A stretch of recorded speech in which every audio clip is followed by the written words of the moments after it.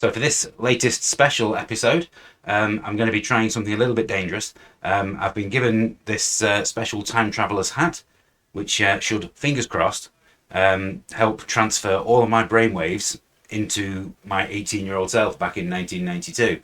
So I'm going to put this on and hopefully everything will be fine. So let's go.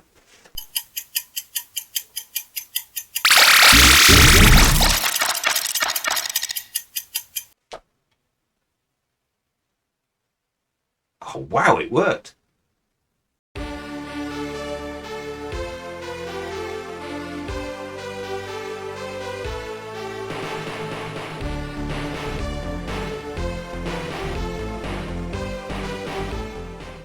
Hello everyone, welcome to the Re-Review, the series where I get to replay and reassess games from my favourite gaming era. I'm Brian, also known as UK Jen Zoidberg, and welcome to the Christmas special of the Re-Review. Hang on one second.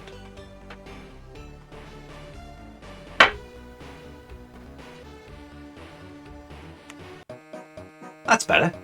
Now normally this would be where I would take a single game and discuss whether or not my original review of it stands up today. This time, however, I think we're going to do things a little bit differently. Back in August 1992, Amiga Action published our very own list of the 100 best games ever, with each writer contributing their own personal top 10. I thought it would be fun to take a look at my top 10, see what games I included in it, and then see whether I would choose the same 10 games today. Has 31 years of gaming experience changed my opinions significantly? Let's find out!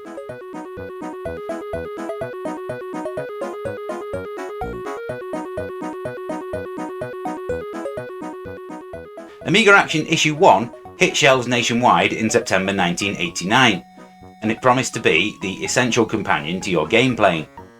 It joined sister publication ST Action in providing the only game-focused magazine for your 16-bit computer of choice.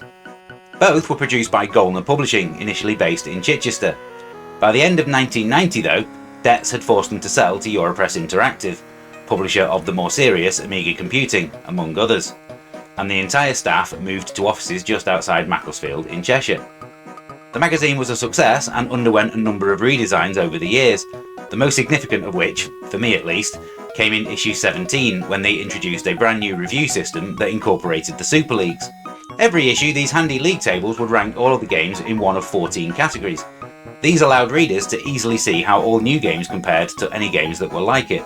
It's an idea that I've always been a fan of, and something that I always think about whenever somebody mentions Amiga Action magazine. It's an idea that I like so much, in fact, that I've adapted it for my own use in a series of videos called Retrogaming Super Leagues, which you may have seen on our channel. In 1991, Goldner created the UK's first and only weekly games magazine, Games X, and this is where I became a member of the writing team. I wrote reviews for all 48 issues before it closed, and I then went on to join the team on Amiga Action in the summer of 1992. There were 89 issues of Amiga Action in total, with the last one being the December 1996 issue. From this point, it became a mini-mag, essentially the games section, inside Amiga Computing magazine, before that too closed a year later. Now let's take a look at what I consider to be my top 10 Amiga games of all time in August 1992.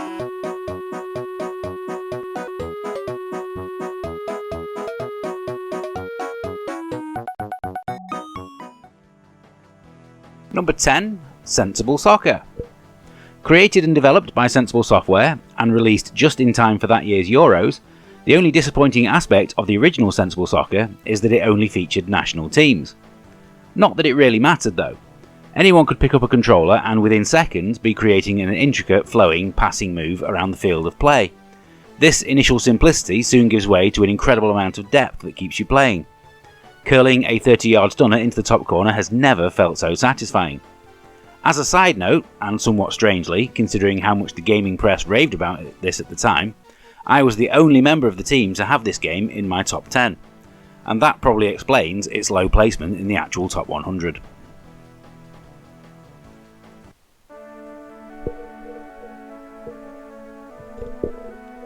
Number 9, Lure of the Temptress. Revolution Software are most well known today as the creators of the long-running Broken Sword series and Beneath a Steel Sky.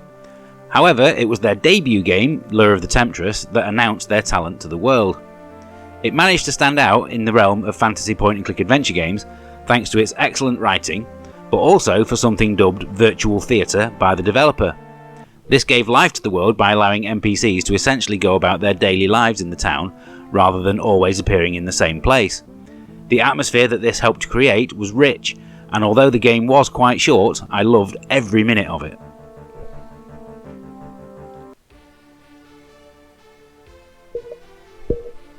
Number 8. Pro Tennis Tour 2.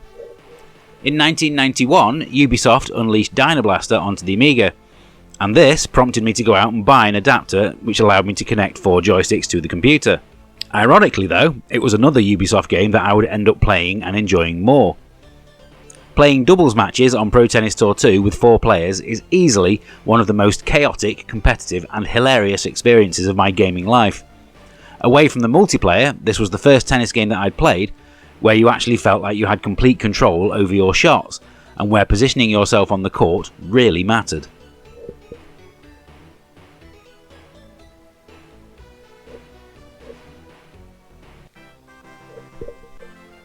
Number 7. Rick Dangerous 2. No other platform games have succeeded in making me laugh out loud on multiple occasions quite like the Rick Dangerous games from Core Design. Where the first was inspired by a certain fedora-wearing adventurer, the sequel took its theme from Flash Gordon. It also took everything that worked in the first game and improved it. Some might have called the trial and error gameplay cheap, but I've always thought of it as the game teaching you to be cautious. There's not a single ladder that you'll climb or platform that you'll jump on that won't have you wondering what awaits you at the end of it, and the music and sound effects just contribute to a really enjoyable experience.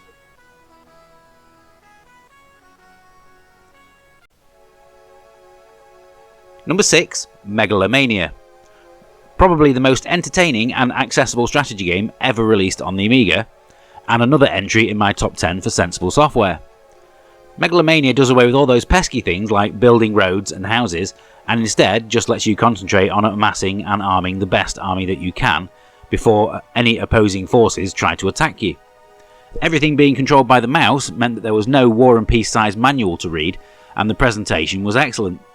The speech that announced every significant moment really added to the enjoyment, and this was a game that I happily played from the start every time I loaded it up.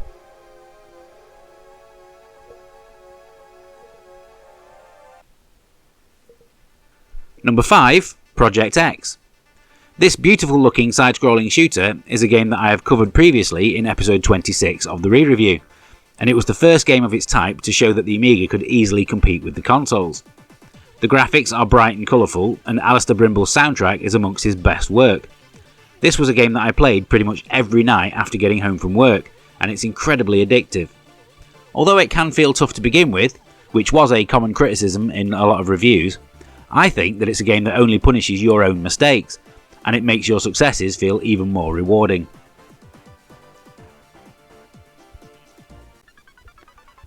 Number 4. James Pond 2, codename Robocod. The arrival of Sonic the Hedgehog in 1991 had developers scrambling to try and make an equivalent for the Amiga, without really understanding what made Sega's game work.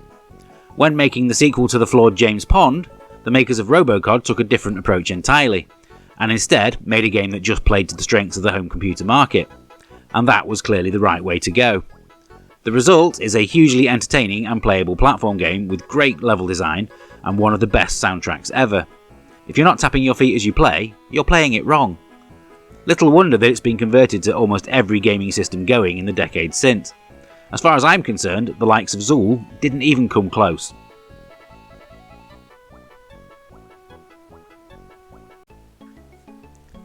Number 3. The Addams Family. This was the most recent game in my top 10, as I had only just reviewed it the month before, giving it 94%. It's a supremely playable, tough and addictive platform game, and probably the closest that the Amiga ever got to mimicking something like Mario. Movie licenses were generally considered to be lazy cash grabs, but this one proved that with a little effort that they didn't have to be. Who would have thought that something as simple as pressing the fire button to jump, instead of pushing up on the joystick like almost every other platform game of the day, could feel so game-changing? The non-linear approach to the gameplay also helped to keep you playing, as you could simply try another route if you were finding one too tough.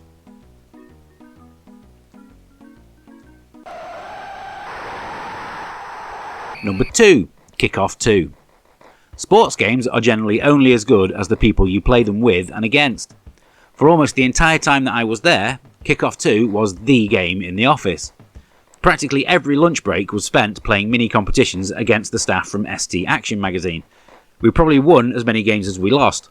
Not only that, but at home I would also play against my brother on a regular basis too. Little wonder then that this topped the entire Amiga Action Top 100. It just goes to show that it doesn't matter how many licenses or real-world teams that you have in your football game. Kickoff 2 had just 8 international teams, if the gameplay isn't there. It took real skill and practice to be able to control the ball and dominate your opponents, and scoring an 89th minute winner has never felt so good.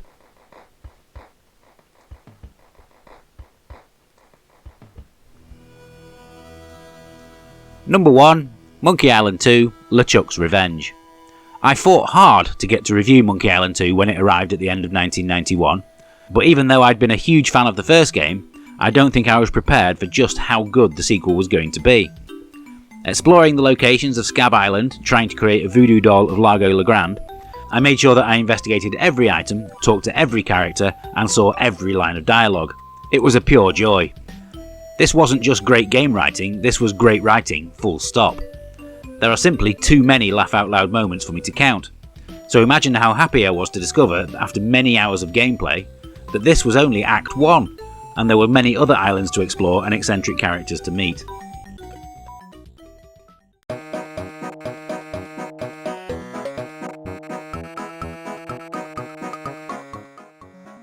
Right, okay, before we start dissecting that top 10, let me just state that I still really like every single game that I picked back in 1992, and I would recommend them to anybody who hasn't played them. Now though, I'm going to create a new top 10, as if the last 30 years of gaming knowledge and experience existed in my 18-year-old brain. Let's first establish some rules. Rule number 1. There are going to be no restrictions on games that I can include. If I want to make all 10 of them platform games, or include an entire trilogy, I can. Rule number 2. All games that I include are going to have to have come out before August 1992, as that's when the original list was made. So therefore that means that there's no room for the likes of Flashback, Cannon Fodder or Worms. And rule number 3. These are going to be based entirely on my opinion and not on any review scores that appeared in Amiga Action, Games X or any other gaming publication. Now, with those rules set, let's make a new list.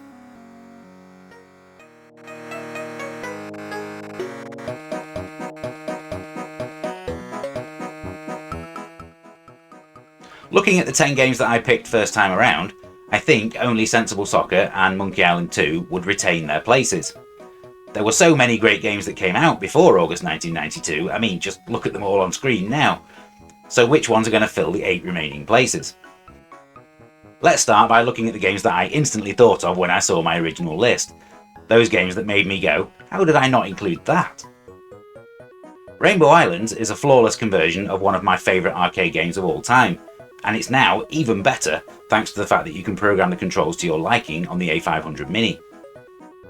Gods is, as far as I'm concerned, the best game that the Bitmap brothers ever made, and the Amiga version beats all other versions. If you only ever played it on the Mega Drive or SNES, you're missing out.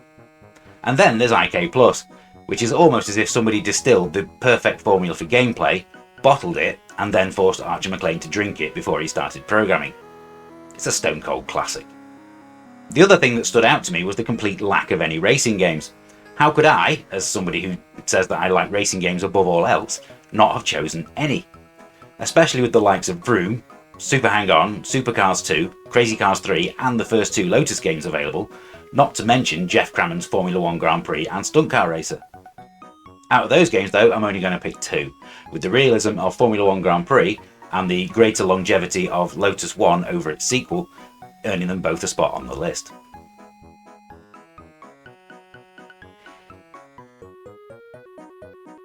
For positions 8 and 9, I'm going to pick 2 extremely different games.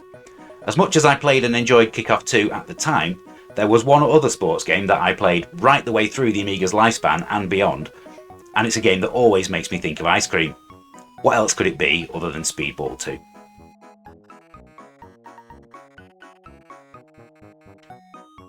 Now it's safe to say that every game that I've chosen so far is one that most people have heard of or remember.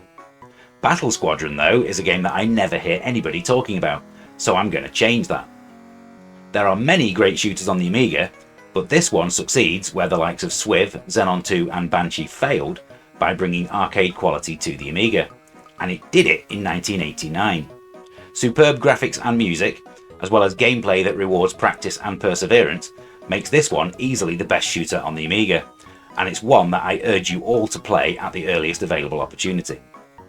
That leaves me with only one more spot to fill and 6 potential games to fill it. Alien Breed, Lemmings, Prince of Persia, Pinball Dreams, Turrican 2 and Another World. All of them are games that I've thoroughly enjoyed playing over the years, and I could probably justify picking any one of them.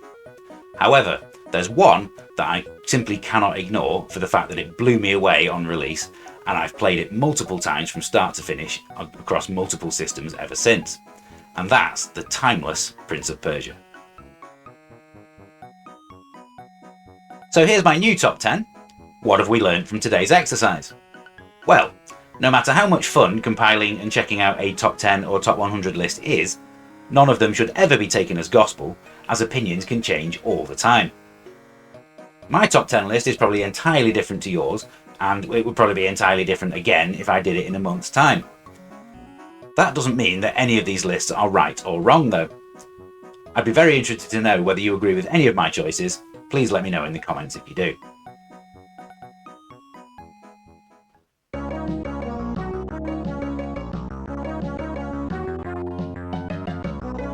Thank you for watching this episode of the Re-Review.